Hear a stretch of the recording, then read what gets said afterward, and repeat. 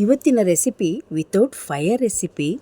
ಎಷ್ಟೊಂದು ತರಕಾರಿಯನ್ನು ಹಾಕಿ ಸಿಂಪಲ್ಲಾಗಿ ಸ್ಟವನ್ನು ಉರಿಸದೆ ನೀವು ಈ ರೆಸಿಪಿ ಮಾಡ್ಬೋದು. ಯಾವಾಗಾದರೂ ಒಂದೇ ಥರದ ರೆಸಿಪಿ ತಿಂದು ಬೇಜಾರಾಗಿದ್ದರೆ ಬಿಸಿ ಬಿಸಿ ಅನ್ನದ ಜೊತೆಗೆ ಅಂತೂ ಸಖತ್ತಾಗಿರುತ್ತೆ. ಬೇಕಿದ್ದರೆ ಚಪಾತಿ ಜೊತೆಗೂ ಕೂಡ ಟ್ರೈ ಮಾಡ್ಬೋದು. ನಾನು ಅನ್ನದ ಜೊತೆ ಮಾಡಿಕೊಂಡಿದ್ದೆ. ಬನ್ನಿ ಈ ಸಿಂಪಲ್ ರೆಸಿಪಿನ ಹೇಗೆ ಮಾಡೋದು ಅಂತ ನೋಡೋಣ. ಮೊದಲಿಗೆ ನಾನಿಲ್ಲಿ ಹಸಿಯಾಗಿ ತಿನ್ನುವಂತಹ ತರಕಾರಿನ ಮಾತ್ರ ತೊಗೊಂಡಿದ್ದೀನಿ. ಕ್ಯಾರೆಟು, ಈರುಳ್ಳಿ, ಟೊಮೆಟೊ, ಸೌತೆಕಾಯಿ, ಹಸಿಮೆಣಸಿಕಾಯಿ, ಕೊತ್ತಂಬರಿ ಸೊಪ್ಪು. ಇಲ್ಲಿ ನಾನು ಒಂದು ಅರ್ಧದಷ್ಟು ಸೌತೆಕಾಯಿ ತೊಗೊಂಡಿದ್ದೀನಿ. ಒಂದು ಇಬ್ಬರಿಗೆ ಮಾಡೋದ್ರಿಂದ ಸ್ವಲ್ಪ ತೊಗೊಂಡಿದ್ದೀನಿ. ಇದನ್ನು ಸಿಪ್ಪೆ ತಕ್ಕೊಳ್ಬೋದು. ನಿಮಗೆ ಇಷ್ಟ ಆದರೆ ಸಿಪ್ಪೆ ಸಮೇತವಾಗಿ ಹಾಕ್ಬೋದು. ನಾನು ತೊಗೊಂಡಿರೋದು ಎಳೆಯ ಸೌತೆಕಾಯಿ, ಸಿಪ್ಪೆ ತೆಗೆದು ಹಾಕ್ತಾಯಿದ್ದೀನಿ. ಇದನ್ನೀಗ ಕೋಸಂಬರಿಗೆ ನಾವು ಯಾವ ರೀತಿ ಕಟ್ ಮಾಡ್ಕೊಳ್ತೀವಿ ಆ ರೀತಿಯಾಗಿ ಸಣ್ಣದಾಗಿ ಕಟ್ ಮಾಡ್ಕೊಳ್ಳೋಣ. ಇದು ಡಿಫ್ರೆಂಟ್ ರೆಸಿಪಿ ಮತ್ತು ಬೇಗನೆ ಆಗುವಂಥದ್ದು. ಜ್ವರ ಬಂದಾಗ, ಬಾಯಿ ಕೆಟ್ಟೋದಾಗ ಈ ರೆಸಿಪಿನ ಆರಾಮಾಗಿ ಮಾಡಿ ತಿನ್ಬೋದು. ಸಖತ್ ರುಚಿ ಇರುತ್ತೆ. ನೋಡಿ, ಇಲ್ಲಿ ನಾನು ಕೋಸಂಬರಿ ಟೈಪ್ ಸಣ್ಣದಾಗಿ ಕಟ್ ಮಾಡ್ಕೊಂಡಿದ್ದೀನಿ. ಆದಷ್ಟು ಎಳೆ ಸೌತೆಕಾಯಿ ಆದರೆ ತುಂಬ ರುಚಿಯಾಗಿರುತ್ತೆ. ಸ್ವಲ್ಪ ಬಲ್ತಿರೋ ಬೀಜದ ಸೌತೆಕಾಯಿ ಅಷ್ಟೊಂದು ಚೆನ್ನಾಗಿರೋದಿಲ್ಲ. ಕ್ಯಾರೆಟನ್ನು ತುರ್ಕೊಳ್ತಾ ಇದ್ದೀನಿ. ಕ್ಯಾರೆಟನ್ನು ಕೂಡ ಅರ್ಧ ಕ್ಯಾರೆಟನ್ನು ತೊಗೊಂಡಿದ್ದೀನಿ, ಸಾಕಾಗುತ್ತೆ. ಇಲ್ಲಿ ನೋಡಿ, ಕ್ಯಾರೆಟ್ ತುರಿಯನ್ನು ತುರಿದಿಟ್ಕೊಂಡಿದ್ದೀನಿ. ಈಗ ಒಂದೇ ಒಂದು ನಾಟಿ ಟೊಮೊಟೊ ತೊಗೊಂಡಿದ್ದೀನಿ. ನಾಟಿ ಟೊಮೊಟೊ ಆದರೆ ಹುಳಿಯೆಲ್ಲ ಚೆನ್ನಾಗಿರುತ್ತೆ, ಹಾಗಾಗಿ ನಾಟಿ ಟೊಮೊಟೊನ ಈ ರೀತಿ ಕಟ್ ಮಾಡಿದ್ದೀನಿ.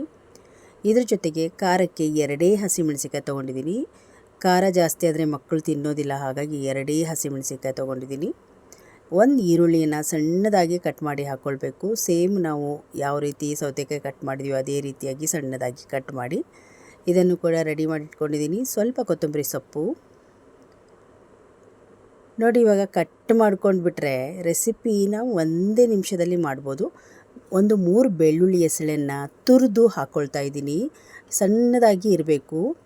ಈಗ ಸ್ವಲ್ಪ ಜಾಸ್ತಿನೇ ಕೊತ್ತಂಬರಿ ಸೊಪ್ಪು, ಹಸಿಮೆಣಸಿನ್ಕಾಯಿ, ಹಾಗೆ ಕ್ಯಾರೆಟ್ ತುರಿ ಮತ್ತು ಸೌತೆಕಾಯಿ ತುರಿ, ಟೊಮೆಟೊ, ಈರುಳ್ಳಿ ಪ್ರತಿಯೊಂದನ್ನು ಹಾಕ್ಕೊಳ್ತಾ ಇದ್ದೀನಿ.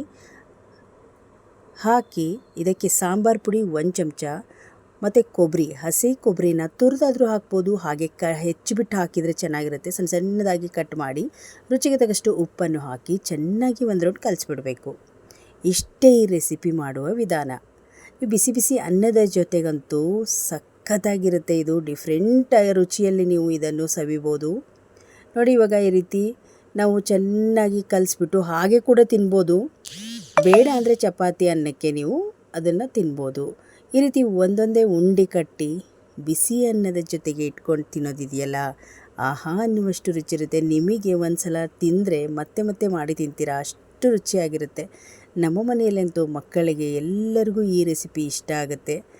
1 ನಿಮಿಷ ಇದ್ದರೆ ಸಾಕು. ತರಕಾರಿಗಳನ್ನು ಕಟ್ ಮಾಡಿಕೊಂಡಿದ್ದರೆ ಬೇಗ ಮಾಡುವಂಥ ರೆಸಿಪಿ ಇದು. ಬಿಸಿ ಬಿಸಿ ಅನ್ನದ ಜೊತೆಗೆ ಸಖತ್ತಾಗಿರುತ್ತೆ.